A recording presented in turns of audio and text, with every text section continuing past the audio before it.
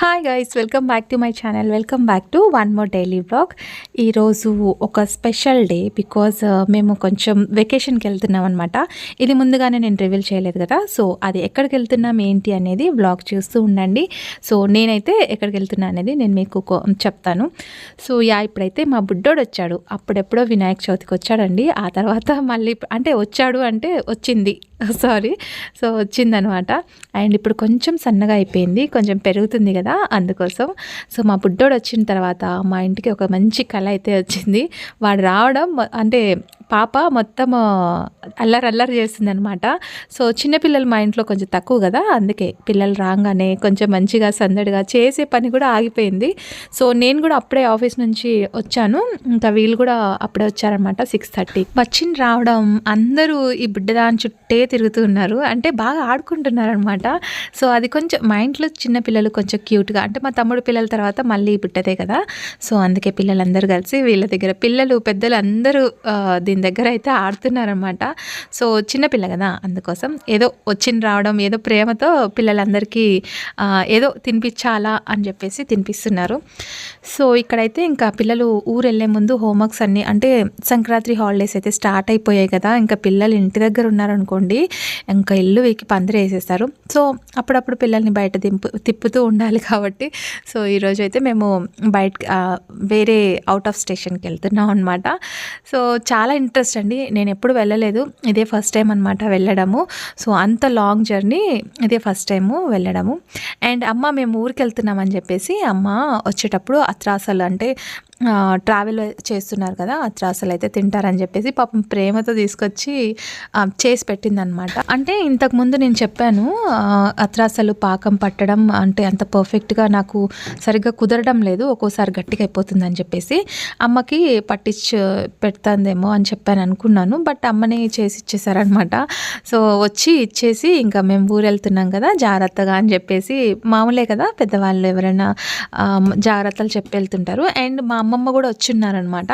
So మేము early morning వెళ్తాం కాబట్టి అమ్మమ్మ దగ్గర అమ్మ వాళ్ళు ఉన్నారు. సో అమ్మ వాళ్ళ దగ్గర వదిలేశారనమాట. ఎర్లీ మార్నింగ్ లేచి మళ్ళీ తీసుకెళ్ళి వదిలిపెట్టి రావడం ఎందుకని చెప్పేసి. అండ్ ఇక్కడైతే ఇంకా వంట స్టార్ట్ చేయలేదు. ఫస్ట్ అయితే చలికాలకి కొంచెం వేడివేడిగా కాఫీ తాగేసి ప్రస్తుతానికైతే బట్టలన్నీ సర్దేసి వెహికల్లో పెట్టేస్తే ఒక పని అయిపోతుందని చెప్పేసి, సో ఇక్కడైతే ఇంకా మేము బట్టలు ఒక సైడ్ సర్దుతున్నామా, ఈ బుడ్డ చూడండి అస్సలు మాట వినదు. మేం బట్టలు సర్దుకోవడం అది తీసి పెట్టేసేయడం. నేను 3 days బ్యాకే, అంటే ఒక 3-4 days బ్యాకే ఐరన్ బట్టలు వచ్చాయి చూడండి, ఆ రోజు నేను మొత్తం సర్ది పెట్టేసుకున్నాను అనమాట బ్యాగ్లో.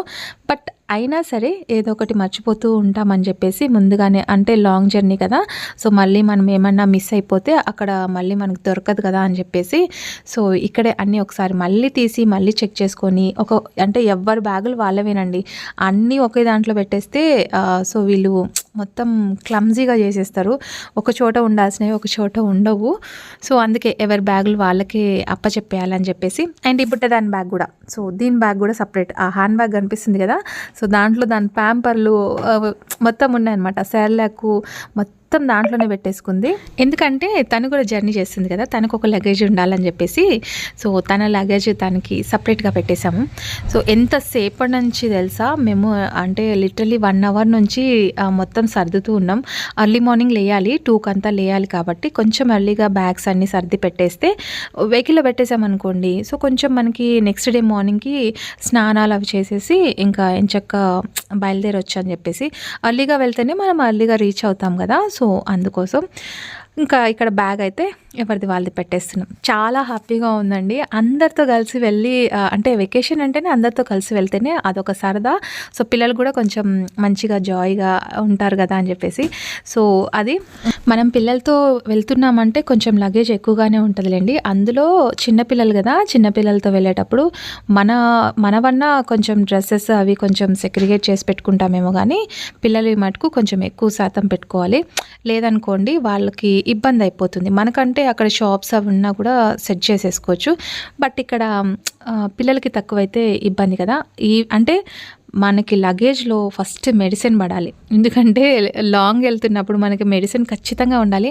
ఎక్కువ శాతం అంటే దగ్గు, జలుబు ఇలాంటివి ఎక్కువ వస్తుంటాయి. దట్టు చలికాలం కదా, ఎక్కువ సర్ది అవుతుంటుంది. సో దానికోసం అని చెప్పేసి కొంచెం ముందుగానే మెడిసిన్ అవన్నీ తీసి పెట్టేసుకుంటున్నాను. ఒక బ్యాగ్లో మెడిసిన్ పెట్టేస్తే ఒక పని అయిపోతుందండి.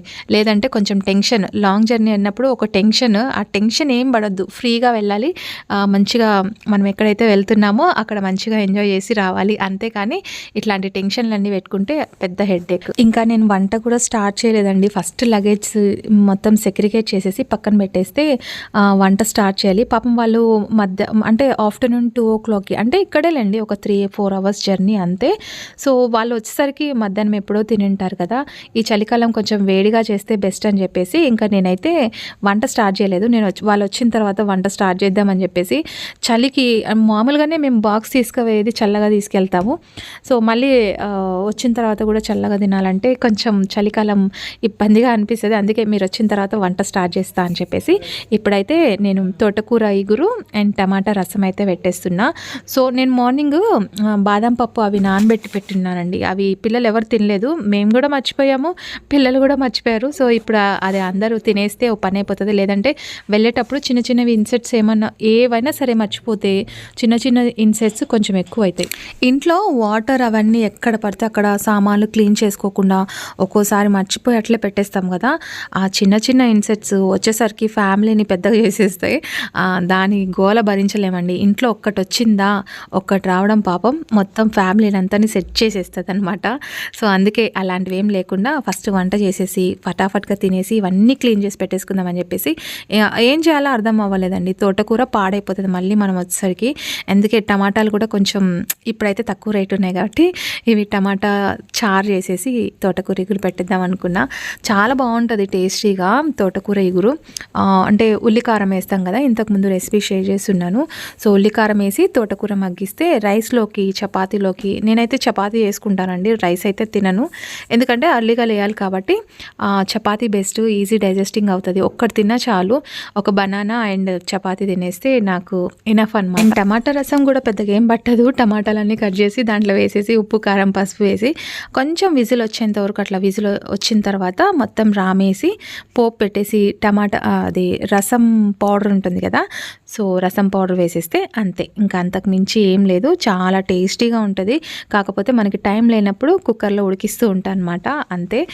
లేదనుకోండి నార్మల్గా కూడా ఉడికించవచ్చు. చింతపండు అయితే యాడ్ చేయట్లేదండి. చింతపండు యాడ్ చేస్తే మరీ పులుపు ఎక్కువ అయిపోతుంది. టమాటాలు అంటే కొంచెం కాస్ట్ తక్కువ ఉన్నాయి కాబట్టి టమాటాలు కొంచెం ఎక్కువ యాడ్ చేస్తే టమాటా చారు టేస్టీగా బాగుంటుంది అనమాట. Night time easy digesting.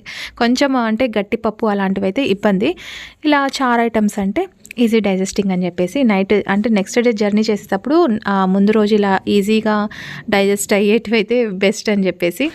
So ఆ కుక్కర్ విజిల్ వచ్చేలోపు నేను ఈ తోటకూర కట్ చేసేసి మొత్తం దీన్ని నీట్గా వాష్ చేయాలండి.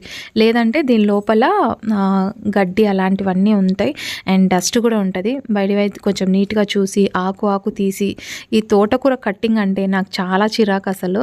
సో ఇట్లా టైం లేనప్పుడు మటుకు ఈ తోటకూర ఇవన్నీ ఉంటాయి, అసలు పాడైపోతాయని చెప్పానండి నేను ఇది చేయడం, లేకపోతే అసలు చేయను. సో తోటకూరలో కొంచెం ఉప్పు, కారం, పసుపు వేసేసా అండ్ నేనైతే చపాతీలో తినేస్తాను అనమాట.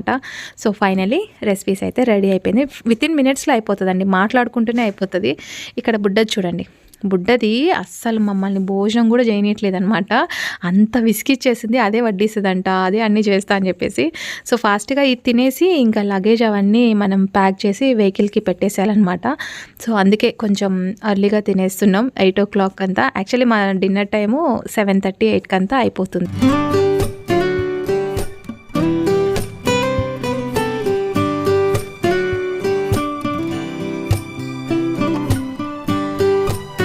అంటే నైట్ టైము మేము ఇంకా వేరే ఎందుకని చెప్పేసి పేపర్ ప్లేట్స్ ఉన్నాయి. సో రేపు అవి తీసుకెళ్ళాలి. తీసుకెళ్లే ముందు ఇంకా ఇవన్నీ యూజ్ అండ్ త్రో కదా, కొంచెం పని తక్కువ అవుతుందని చెప్పేసి యూజ్ అండ్ త్రో ప్లేట్స్లో భోంచేస్తున్నాం అనమాట.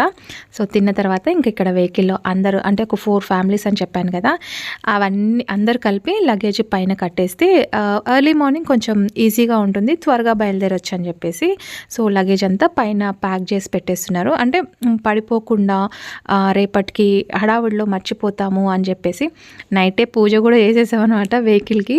సో వెహికల్కి అంతా పూజ చేసేసి ఇంక ఇక్కడ చూడండి ఈ బుడ్డోళ్ళందరూ మాట్లాడుకుంటున్నారు రేపు ఏం కొనుక్కోవాలి, ఎట్లా ఖర్చు పెట్టాలి డబ్బులు అని చెప్పేసి. సో మేమైతే ఇంకా భోజనం చేసేసి ఫాస్ట్గా ఇంకా వెళ్ళి పడుకోవాలి. ఇంతకు నేను ఎక్కడ వెళ్తున్నాను ఏంటి అని చెప్పేసి మీకు చెప్పలేదు కదా, సో చెప్పే కంటే డైరెక్ట్గా చూపిస్తాను నెక్స్ట్ వ్లాగ్లో. చూస్తూ ఉండండి, వెయిట్ చేయండి. ఈలోపు మీరు గెస్ చేయండి నేను ఎక్కడికి వెళ్తున్నానని చెప్పేసి. సో మీకు తెలిసింది కరెక్టే అంటే చూద్దాం, ఓకేనా? So yeah, that's for today's vlog. Hope మీకు నచ్చిందా? నచ్చితే as usual like, share, comment చేయండి. ఈ చిన్న వీడియో ఇక్కడితో ఎండ్ చేసేస్తున్నాను. రేపటి ఎక్సైట్మెంట్ వ్లాగ్తో మళ్ళీ మీ ముందుకు వచ్చేస్తాను.